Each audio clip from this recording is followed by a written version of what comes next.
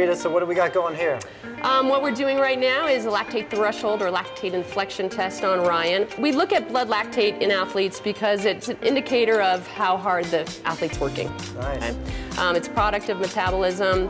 One thing that we know about lactic acid buildup in the muscle tissue is that it can interfere with that muscular contraction. So it's a good idea to kind of find out where that happens in your workout.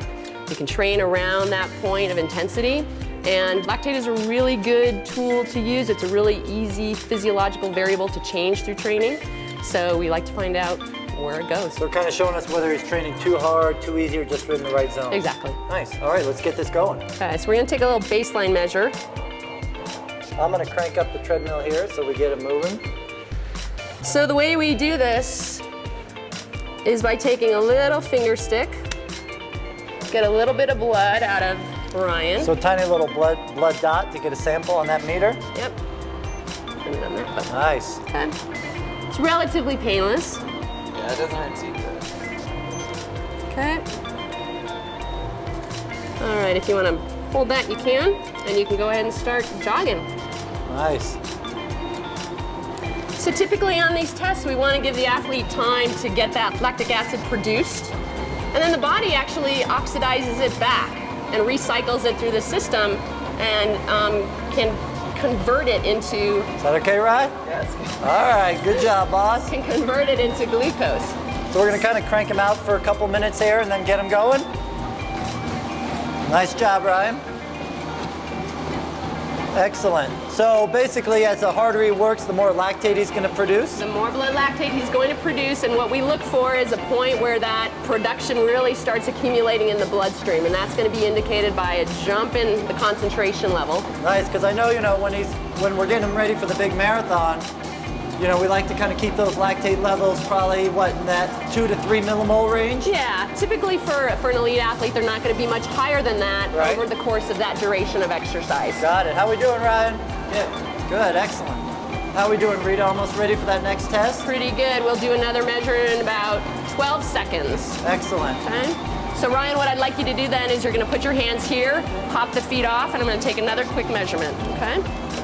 All right. All right. How we feel, Ryan? Where are you at on that perceived exertion chart? Probably a 13. Okay. All right, so pretty hard effort, but not too crazy. All right, so we got another blood sample. Got another blood sample, grab that. You can hop back on. All right, Ryan. And then at this point, we're gonna increase the intensity of the run a little bit. Got it. Feeling okay? Yep. All right, we'll crank that speed up again. Nice job.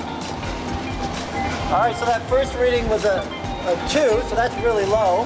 Normal resting measures are anywhere from 0.9 Okay. up to about 2.0. Nice. Okay. And what'll typically happen is that lactate concentration will rise simply because he started exercising. Okay. But as we progress, especially for somebody like Ryan, we're gonna start to see that dip back down a little bit and stay pretty steady for a while. So the big thing this is going to show us just kind of like how hard he's working. Right. Kind of like how much gas he's still got in the engine. Exactly. So that second measure was a 2.2. So we're climbing up a little bit. Climbing up just a little bit. Nice job. So maybe get one more measurement. We'll get Kinda another like measure. End it there. Yep. Nice job. All right, Ryan, go ahead and pop off. All right, and I'll cut that for you.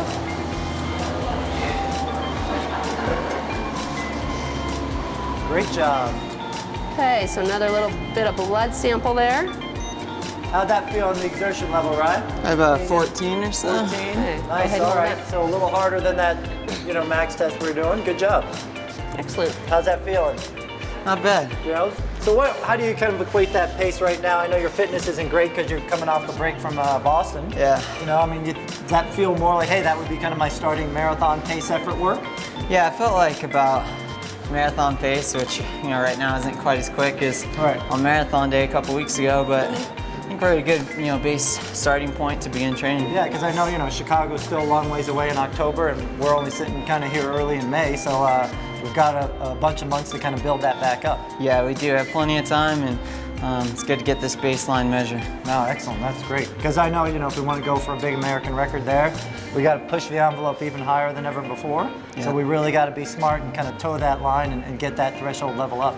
Yeah, if I came out here today and my measures were as high as they were on marathon day, I'd be concerned that I didn't recover and rest as much as I should have. So it's actually really good to come in at kind of a lower number and know that there's all this room for improvement. Exactly, yeah, because you got to detrain a little bit and let the body recover from that hard work, and then we can start amping it up again.